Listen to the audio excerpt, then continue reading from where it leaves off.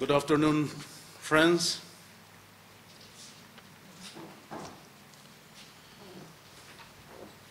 The Cabinet had a meeting yesterday.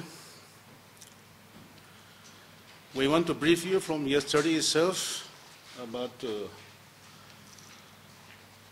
we want to strengthen especially some of the SOPs. That is why it has taken a little more time. But even if we give you today, I think it's not too late.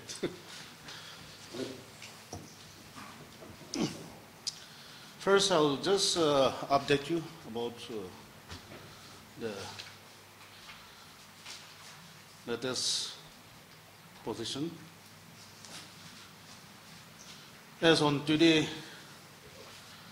total positive cases in the state stands at 112. And the number of active cases are 104. All positive persons are receiving medical care at a designated COVID-19 hospitals. Active surveillance is going on to prevent further spreading of the infection.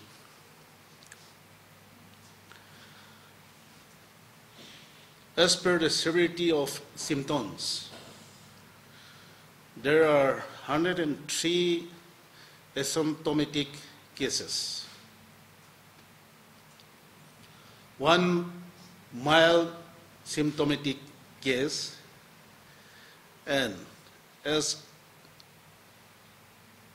stated yesterday also, 8 have recovered after treatment from COVID hospital, Dimapur.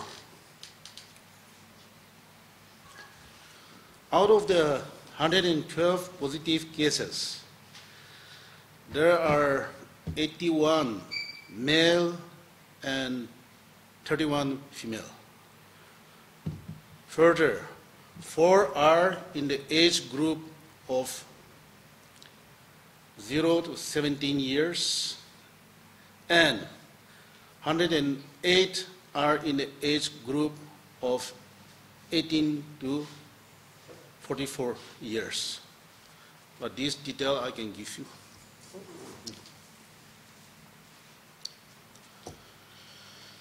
The cabinet meeting was held yesterday, and briefing was given by the Health and Family Welfare Department on the latest status of COVID-19 pandemic in the state.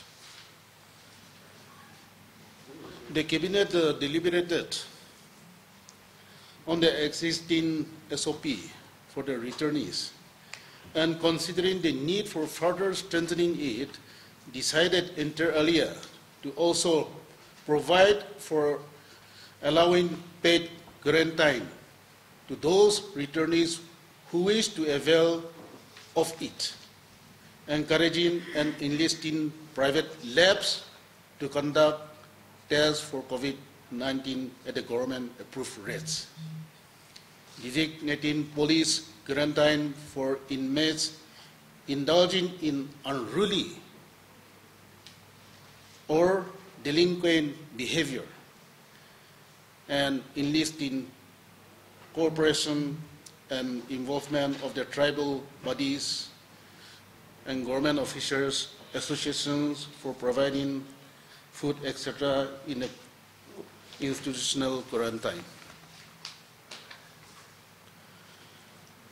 The cabinet also decided for getting the details of quarantine returnee workers, such as name, address, village, mobile phone number, past work experience, or the trade engaged in, particular skill proficiency, etc., for developing institutional mechanisms for skill up, upgradation, and training, so that people who stay back are able to get gainfully employed and earn their living. It was also decided that mechanism will be put in place for registering anyone who wishes to go out of the state for work, so that all the details are available and government is in a position to promptly reach out to anyone outside the state who is in distress and provide assistance should any such need arise in future. The cabinet also asked the DGP to identify persons circulating fake or deceitful videos and messages pertaining to COVID-19 in the social media and punish them as per the law. Regarding the ongoing exercise of bringing in the returnees to the state, a bus carrying 29 passengers from Jammu and Kashmir is reaching Nagaland today. Tomorrow, 34 passengers from Madhya Pradesh are reaching by bus, and a special train from Maharashtra and Gujarat carrying 938 persons will reach Dimapur.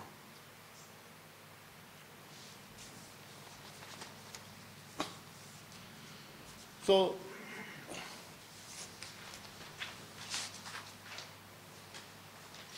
after the high power committee was formed, as you know, we had a meeting with the district task force Kohima. We have come to know their problems also, and we have come closer. And even Dimapur task force also, we had a meeting with them. And we had understand their problems.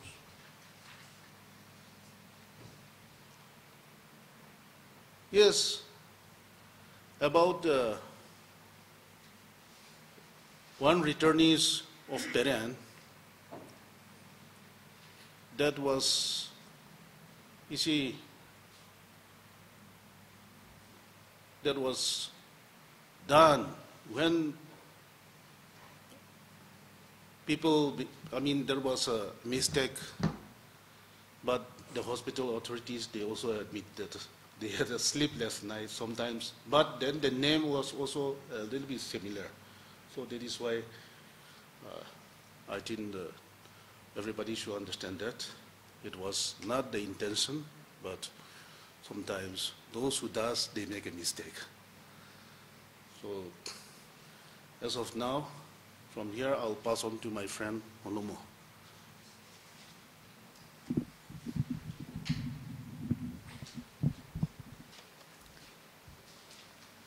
Once again, very good afternoon to all of you. I want to thank all of you for coming. This is the second press conference that we're having as after I was made the spokesperson. One of the features you would have noticed, which we mentioned last time also, is that all the committees and in charges which are manning the war room are present in this press conference from both the medical department, home department, and officers who are in charge of various responsibilities in the war room are here. So it's an integrated sort of a press conference that we want to have every once in a while. Let me begin by just giving you an information. The last time, I think it was already in practice. Some of our journalists have already told us that they always go to the website to get all the infos. both on the SOPs and the details available and live updates. But for those of you who have who don't have that website, I want to just give you just www.covid19.nagaland.gov.in. If you are forwarding this link to some of you, so you can kindly share it in your common WhatsApp group, so that for quick updates you will be able to avail. There are other websites if you want to look. I just want to suggest that the Ministry of Health and Family Welfare and also the ICMR websites if you want to go for an all India perspective. I want to also, one of the concerns that citizens of Nagaland have is about plans that the government of Nagaland has on the economic affairs and also on various strategies for strengthening, our economy, vis-a-vis the pandemic lockdown and the challenges that have arisen out of this. So I want to let you know, for those who are not already aware, that there is already a strategic committee on economic affairs headed by the Honorable Chief Minister. There is also a core group headed by Additional Chief Secretary and Development Commissioner who would submit strategies after consultation and proper homework for strengthening of economy vis-a-vis the pandemic lockdown economic challenges. So these are the two committees which exist and which have been having several rounds of discussion and assessment of the situation in Nagaland. From the very beginning, before the lockdown started and even after that, the government has been taking the challenge of supporting students from Nagaland, outside of Nagaland state, and those people who are working outside of Nagaland state who are citizens of Nagaland, to look into the issues that they have raised. Because the lockdown which was announced made most of them, one, colleges were closed, offices were closed, and issues were raised. So right from the beginning, Government of Nagaland has been supporting them. The plan was chalked out, and in comparison to our neighboring states, or even in the whole of India, Government of Nagaland has spent the most number of money in supporting our students and working persons outside. Just wanted to share with you the total number of amount of money we have spent on and on what heads. Number one, initially, the CM announced a special package for students at the rate of 3,000. Also, at the same time, special package for working persons at the rate of 4,000 was announced. And we have a total, we have a breakup which is available in the website. So if you would go to the website, which I will share with you if you don't have, then you will find the breakup. One of the most important aspect of this is that CM had also announced a special package for patients who are outside of Nagaland state at the rate of 20,000 per patient. So this was an assistance given, and a one-time assistance for non-returnees as well. No? And was of rupees 10,000 was given. So out of several applications that the government received, some of the applications were rejected for various reasons. However, I was informed that the War Room had attempted to ensure that even though people may not have bank accounts, they have communicated with genuine candidates as ascertained by the War Room based on the modalities which were given to them. A total amount of 24 crores, 84 lakhs and 86,000 has been dispersed till date. I will repeat, 24 crores, 84,000, 84 lakhs, 86,000 have been dispersed till date. The concern and the action of the government of Nagaland to help and support our students stranded outside through the website I Am Stranded has been shown by this support that the government has given. Further, the government will publish the list of all the beneficiaries and the amount given to them in the next few days. And that list will also be available in the website. However, we will have a press conference again in the days to come.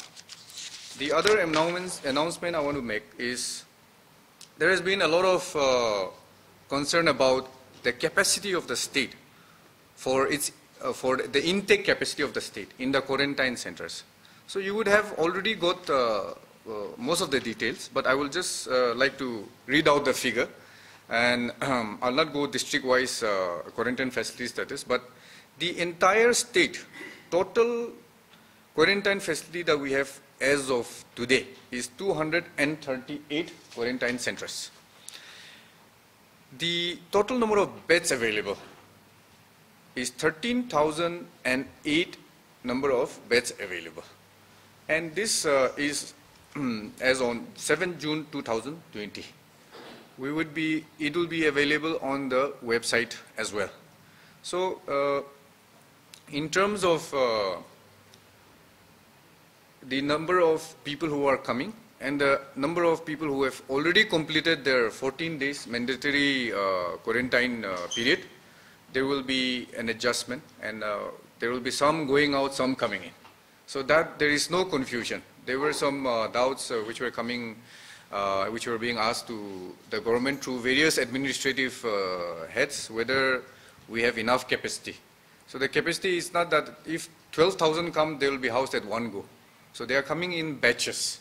So our learning experience in the past 2 months has enabled us to address the various management issues, and our district administrators are also working 24/7 to address these issues. The other, before I ask some of our officers to respond to one or two information that we have not given out, I would like to just tell you about the quarantine protocols in different states. In the entire country, Nagaland ranks on the top 5 in terms of as the strictest quarantine protocols being imposed on our returnees. And this is because we were ramping up our facilities, our testing capacities in the lockdown period. As you all know, another information I want to give you is that 7 TrueNet machines have come, and they've been, I think media has already highlighted the distribution of the TrueNet in various districts. 15 more are coming in a few days' time. So once in a week's time, all the TrueNet machines are installed, along with the BSL lab that we already have, and already it's being used for testing. The testing capacity per day as of 4 days ago was 171 per day. And according to the medical department, once all these TrueNet machines are installed, in another 5 or 7 days, the testing capacity of the state will increase from 171 to 800 testing capacities per day, 820, sorry. And that will greatly ease the state's capacity to ensure that all the district COVID hospitals will be able to test the returnees, and later on anyone who is willing to get themselves tested in their own district. So that is one of the positive news. As our minister has already stated, 8 has been retested negative, which means to say they have they've been, I mean, I'll leave that to the doctor, but already today in the media we have seen that quarantine facility rules and regulations have been published. This, as our minister has said, is to respond to the various challenges we have had. One of the clarification that I would like to make is that a lot of people are asking us about the SOPs. See, the main framework and the policy structure remains the same. There are certain changes or certain SOP reviews which are done to respond to current and unforeseen challenges. So it does not mean that we have changed the entire SOP. SOP review is done in every occasion, every situation. SOPs are meant to respond to challenges, and it cannot be static. It's a dynamic document. With that, I would like to clarify 2 points. One is on who mans the quarantine facility, what kind of duties our frontline workers are doing, and what kind of support we are getting for maintaining and manning the quarantine facility. That our Home Commissioner will explain. And the protocol of testing and the meaning of the quarantine period and why it is required and for whom it is required will be explained to us by Dr. Kika, who is from the medical department. So I'd like to now give time to Abhijit to explain who mans and also the details. Yes, you know, officers have been assigned. So, Principal Secretary Home, Dr. Kika, and then some of us are all here. So, those details they will give you. Like District Task Force has a primary responsibility of monitoring and maintaining any quarantine center in district. And different districts have that way depending upon the number of centers they have and also the number of returnees they have and the size of the quarantine centers. They have made many committees also. Like in Kohima, a lot of committees are also there who function under the District Task Force. Like the food committee, then one committee maintains the facilities which are there in quarantine. But everywhere, health has its own team because the screening and other protocol that has to be followed, that they have to follow. And like in Dimapur, as you're all aware, besides the thing, we also strengthen it by sending another team from here also. And both are working in tandem. And initially the challenge was also to increase the number of quarantine centers.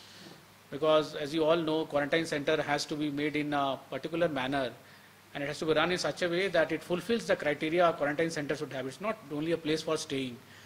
People who stay there has to be properly stay in a manner that is segregated and fulfills the purposes for which a quarantine center is sent. So the initial challenge was to increase the number of quarantine centers and many buildings were taken. Facilities were converted, so that part, that team which went, and a lot of effort was also put in by the housing department, the power department here, and that way they made a quarantine center. Then after that, the running part comes, so everywhere now, of course, the system is quite streamlined, they do it, and many places, the fooding and others also, it's done by a catering system, and somewhere there are private people who do it. Other times, at many places, the faith-based organizations have also come forward. So they help in the cooking. Sometimes material is given. In some places, on their own, also they're doing. So as you see, everywhere the system is there, but overall in charge is the District Task Force. Then when somebody is to be released and all that, asymptomatic he is or not, that the medical department certifies. And then only after that, decision is taken to release somebody for going to a home quarantine, or now like somebody gets tested negative, those report comes, then transportation is arranged in consultation with both the districts, the sending and receiving, and that transportation is made available and then they are sent to the respective districts. Those people who already came before, say some days back, but now from 4th of June onwards, like right from Dimapur, the district teams are coming and they are segregating the people, doing screening and other registration, and from there they are sending directly to the districts. So as sir said that SOP, whatever we have made, it's not that we are changing it too frequently. They are there, and it has to be dynamic, of course, because the number of people that we have, the quarantine facilities that we have, and as we do with learn also things. So what is the best system that should be there? So in that way, we keep on adding some things and making it more refined and so that it works in a much more smoother way than what it has been running till now. So that is a process which will go on. And if you have seen other states, SOPs also institutional home. So depending upon their circumstances, in the field they change. So we also do. And regarding the medical part, how it is done, I think I will also request Dr. Kiga also to explain more about that. And whatever we have, I mean, it's not that once it is done, immediately take it to the quarantine center. A lot of thought is also put into it. and only after properly finding the place to be suitable, it is used that way. So that part the whole team looks into, and then only we make it operational. So right now, like if you see that Dimapur, naturally they have a lot of quarantine centers now, it is 49 they are having. So running a system which is spread over 49 locations is a challenge, but they have to do because the maximum number of returnees are of Dimapur, and then before we change the system from 4th, a lot of the other 2 districts also they're looking after. So we see the maximum even now, the total number of people who are in Dimapur is 3,147 as on yesterday. And the second highest, of course, is Kohima, 1,314. So Dimapur is almost 3 times of Kohima. So that way you can understand the challenges that they have. But everywhere the district administration has pulled in people from many departments also to run it. And if need be, as you all know, the Deputy Commissioner can always requisition people, and they have been doing it also. Here also in Kohima, if you find that a lot of people from the line departments, other departments are also there in the committees. And every quarantine center, they have also put a overall in charge also. So that day-to-day problems which keeps coming up, he is able to sort out with proper coordination. So that way it is being run, and already many centers have been running for some time. So now it is much more streamlined now, because people have learned and how to deal with it and how to move forward. All the mechanisms are in place. So I'll now request Dr. Tika to explain something about. Thank you, sir, for giving the time. To the history, quarantine has been there since the modern medicine. Now, this quarantine in the modern medicine, it is based on the incubation period. That means incubation means after contracting when the symptoms develops. So it varies from germ to germ. So in this case of coronavirus, typically it is on the 5th day, okay? But 97% will develop the symptoms from 10 to 11 days. And 99% or almost 100% will develop within 14 days. So that is why the period of 14 days is been kept as quarantine. So I think that is clear on the quarantine, why the period is this one. Now, in many places, when we look, they are reducing the institutional quarantine from 14 days to 7 days. In some countries, there is no facility quarantine also. Straight home isolation, they call it. It is home isolation is also a quarantine. So they are imposing in that line. Now, with this, in the quarantine facility, what the medical department does is we monitor their symptoms, whether they are having fever, whether they are having cough, breathlessness. Those are some of the important things that we assess. And also the inmates of the quarantine, they also report through our app. We have the Nagaland COVID app, so they have to report morning and evening of any change in their symptoms, development of new symptoms like that. They have to this one. Plus, for those people quarantined, they are not allowed to go outside. But for those people who are in home quarantine, we also have this geofencing facility under this COVID. So this geofencing is sort of a physical distancing mechanism tool, wherein if that person moves outside that certain limit, then the trigger is, alarm is set off in his mobile phone as well as in our server end also. So that is how from there again our call center will start calling him why you are moving out of it. So maybe sometimes it may be technological problem also, but sometimes it may be physically moving outside. So if it is like that, then they are being directed to come back to their house, and then if they don't listen, then we pass on the telephone number to the police for necessary action. So these are the mechanisms that we have pulled in, and then why we are depending on the digital part is that it is physically difficult to track hundreds or thousands of people in the given time. So that is why now majority of our surveillance system now we are relying on the digital the technology part. And then this quarantine is to prevent transmission of the disease, one. Second thing is that since you are in the quarantine, it is for your own benefit also, because your health is being monitored. So this is on both sides of the coin, it is beneficial. One, to prevent the transmission to others. Second is your health is also being monitored. So I'm also being benefited. So the primary aim for this quarantine is for this. So thank you, sir. Because they first come to India, to the airport like Kolkata or Delhi. From there only we chase them. But as far as I know, we have around 4 people, 4 persons. And one thing that a lot of experience on national airport here, people land in Kolkata, Mumbai, Delhi, wherever, they have to land from outside. And then from there they take a flight and come here. So for he is just any other returnee from outside. So he will also, he or she will also do the 14 days institutional quarantine plus 14 days home quarantine. For us, there is no separate protocol for somebody coming from outside. He's just like any other returnee for us.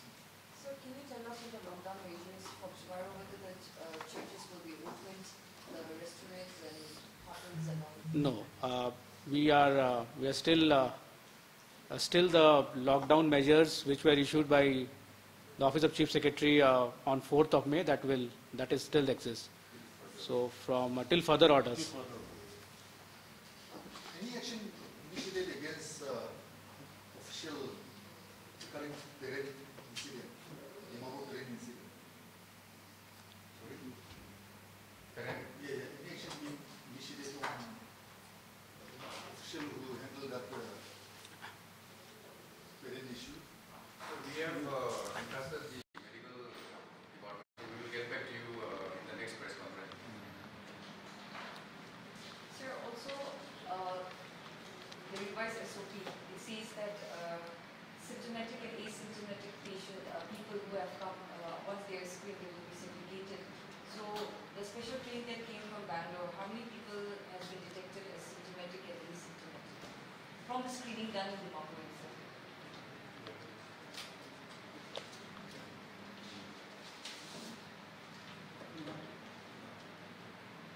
On the 5th, I'm sorry, how many people has been detected as symptomatic and asymptomatic out of those 1,500 passengers that have arrived? For Bangalore. Yes. We don't have that. As of now, we don't have that. We can publish it. Maybe WhatsApp you. Maybe. So when the train arrived from Chennai on May 22, there was a question number 9 and 10 mentioned as symptomatic coaches. According to the note issued by the same of Dimapur. Sorry, can you repeat that? What cases? 9 and 10. Yes. It was some like rumors going on that symptomatic patients are there in that coach. But later we confirmed that nothing like that, and some symptomatic persons were isolated after landing only. So that was a misinformation. That 9 and 10, no? Not from our partner. Yeah. Till October 2009, 1,058 has been registered under NEC doctors, out of which 423 are specialists. Now, as per the latest information from the department, 522 doctors are deputed in various districts. So, where are these? Okay, out of 522 debuted in other districts, various districts, and 38 are on leave. So now where are these 498 doctors? And why are our districts shouting for shortage of doctors? Study if you are telling about those the doctors registered under Nagaland Medical Council. We have 1,050 doctors, sir. 1,000, yeah, all are registered under Nagaland Medical Council. This includes all the practitioners in Nagaland. So all the practitioners means both in the public as well as in the private sector. I think that's right. Okay. And then those 500 something which were mentioning, this includes dental, Ayush, and the modern medicine practitioners. Okay, so how many doctors are left after debuting these 522 doctors besides the 38 doctors who are on leave, sir? Can you How many are not on duty? How many are not? How many doctors are not on duty? How many, okay, in government, how much doctors do we have? The sanction post as of today is 425. That starts from the principal director down to the youngest member in the fraternity, in-service fraternity. So this includes 33 dental surgeons. So the remaining 396, 97 are the MBBS. Some of them will be MBBS and some will be having a career. Yes. Okay, here, I'll also say something more. Even on 1st June, the cabinet have decided to bring more doctors. That was agreed in principle. But the file did not move, it was a little bit delayed. So yesterday itself, we have, I'll read out the cabinet meeting minus. As approved in principle by the cabinet in its meeting held on 1st June 2020, the cabinet directed the Health and Family Welfare Department to immediately appoint doctors and nurses with the approval of Chief Secretary and Chief Minister, respectively. So I'll take one example from one district. They have a total population of 2,50,000 as of 2011. Now currently it's 2,80,000. The number of doctors possible is 37. Now their highest return is next to Dimapur is more. Currently they have 500 plus in quarantine centers, and they are expecting more than 3,000 in different phases. So with this limited doctors, and now because of that, they are also complaining, and I was told that can you also write a letter to the CM as well to depute more doctors and nurses. What is your response on this, sir? So as our Honorable Minister has said, our government has already in principle agreed to or approved to appoint more doctors. Just for your information, in our 11th district hospital, the non-specialist strength is at 52% of Indian public standard. The specialist strength is at 23%. So with that strength, we are manning the district hospitals. So the proposal which the government has agreed is to enhance the specialist strength in the 11th district hospital to 50% of Indian public health standard. And also nurses are at, staff nurses is at 28% of Indian public health standard. So this also will be increased to 75% of Indian public health standard. So we are targeting first with the district hospital. Then maybe not in phased manner, it will go down to the sub-district level. Let me just add to that.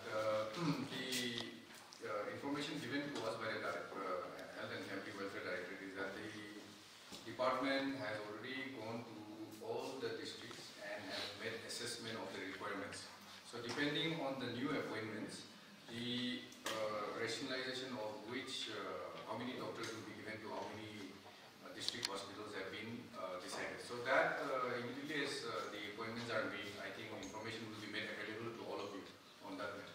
Yeah, yesterday, after the cabinet meeting, we have told the department to have a separate meeting with all this, the CMO to have a separate meeting with the medical department on yesterday itself, right after the cabinet meeting. Because place like Dimapur District Task Force, we have been there, as I stated earlier. We know their problem. There's a shortage of doctors.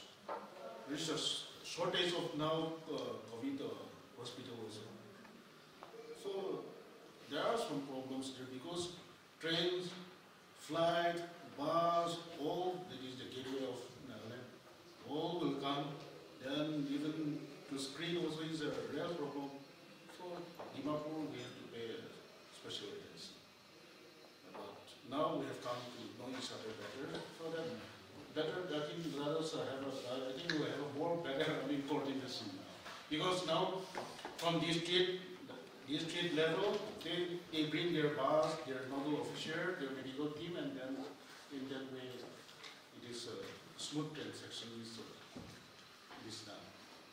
Due to shortage of manpower, our medical team has been overburdened before, right now. On the other hand, we had the highest, highest number of government employees. So in this time, with the coming of the returnees, their work has increased overwhelmingly. So why can't the government make it mandatory for government employees from different departments to assist the medical personnel in registering or screening or whatever? I think you've been talking to the doctors. So this suggestion has already come from before. An assessment has been made, and the response is that, see, if you look at a timeline, somebody has to have 14 days quarantine period. So the doctors have suggested that they also have their different SOPs on their own quarantine and all that. So they are also staying in separate places and all that because they are dealing with the cases every day now. So when these new appointments are made, so new doctors will be sent, and when the new doctors come, their roster will ease their burden. So it is not as if these people will continue forever, but looking at the intake and the outgoing inmates returning from the quarantine center, this data analytics have been done.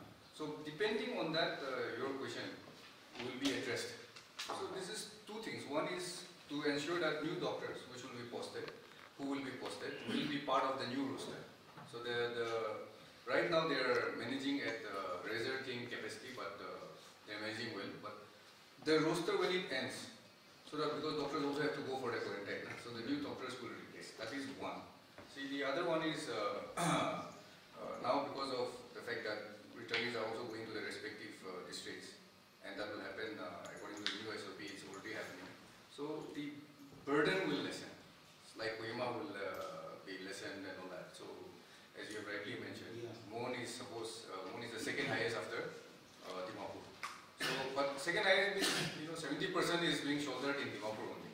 So the rest, suppose Dimapur has 5,000, Mmhon has 1,400 and all that. So that way, the quarantine central capacity itself in Mmhon, according to DC, Mmhon is 2,000. So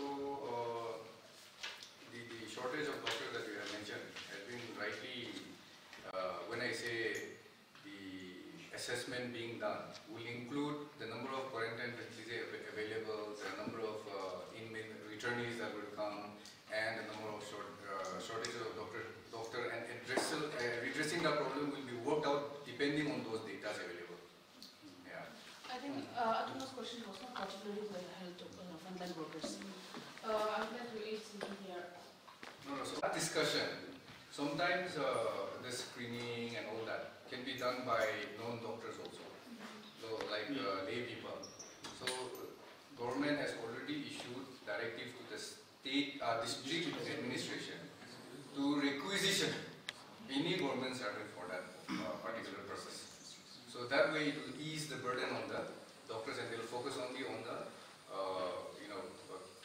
caregiving. As I was saying It is not being done. Yeah, So they are overburdened. And during election, when the government can, mandatorily even use the service of the teachers, why come now? Because the situation. Sir, if I may add that question, we also learned that even the teachers did not come forward, government teachers, for these online digital classes. If after school director may clarify on that, which made them to float open invitation for the teachers to come and teach. So now that CS has already given out two orders, I think, asking the government employees to come and report. But then, why is it this happening? And then why do we have to leave it to the doctors and nurses and police alone? Why don't we use them all like we're using them during the election time? That's we'll discuss. I want to know something. Okay, just 2 points. First,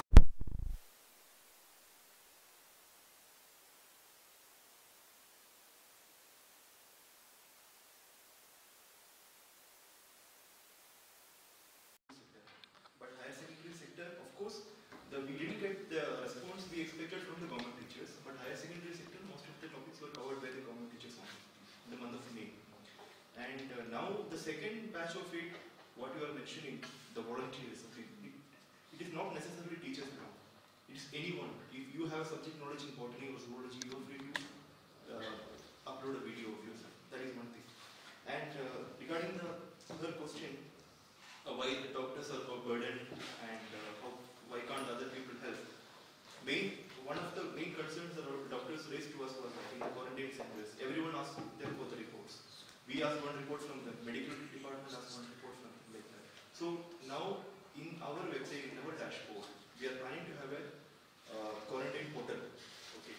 So which will have TCRT, data collection and reporting teams in all the districts, which will be led by a team leader designated by the deputy commissioner, preferably an administrative officer or some other departmental officers, and the members will be like district information officer of the NIC, their team. So what will happen is that all the districts will give us the base data, the quarantine people who are in the quarantine centers. We will, in the backend, we will upload that base data into the portal, and every day the new additions and discharges will be collected by this PCRT, data collection and response team, so that the burden of doctors will be minimized a lot. So that in every way possible, the government is trying to minimize the burden of the doctors. Thank you.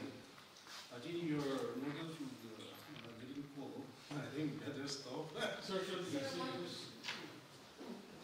forward that you had sent from the Health Ministry guidelines. Asymptomatic and symptomatic patients does not require to be hospitalized, not mandatory. They can be shifted to COVID care center. So, since all the cases that has been reported are symptomatic and asymptomatic, is the state government planning to follow the guidelines that the Health Ministry has issued to shift them to the COVID care center? Those guidelines are there, but I think Dr. Kronu might explain further. Like as and when caseload is rising in any state, what we are noticing that initially all the symptomatic, any positive has to go to COVID hospital. Then later on, it was more relaxed when the beds, were not so many. That asymptomatic, if you are asymptomatic, even though positive, you may stay at home and keep reporting your symptoms. So those things also there. So, but Dr. K, I think you may explain. No, here I can say so. Here, you see, last time when we had a meeting with the district task force team, COVID hospitals, the beds are becoming most full. There was only 4 beds at that point of time. Then we immediately went to this referral hospital, whether they can provide one block for COVID hospital. They said there was no separate model at such. But our quarantine centers can be upgraded to COVID care center. And they can also give some manpower. So that was a good gesture from this referral hospital side. So, as the caseload increases, depending on the situation, we will take further decisions. We have this Government of India's guidelines to guide us. But right now, I can manage with everybody in COVID hospitals. But department has also created some COVID care centers.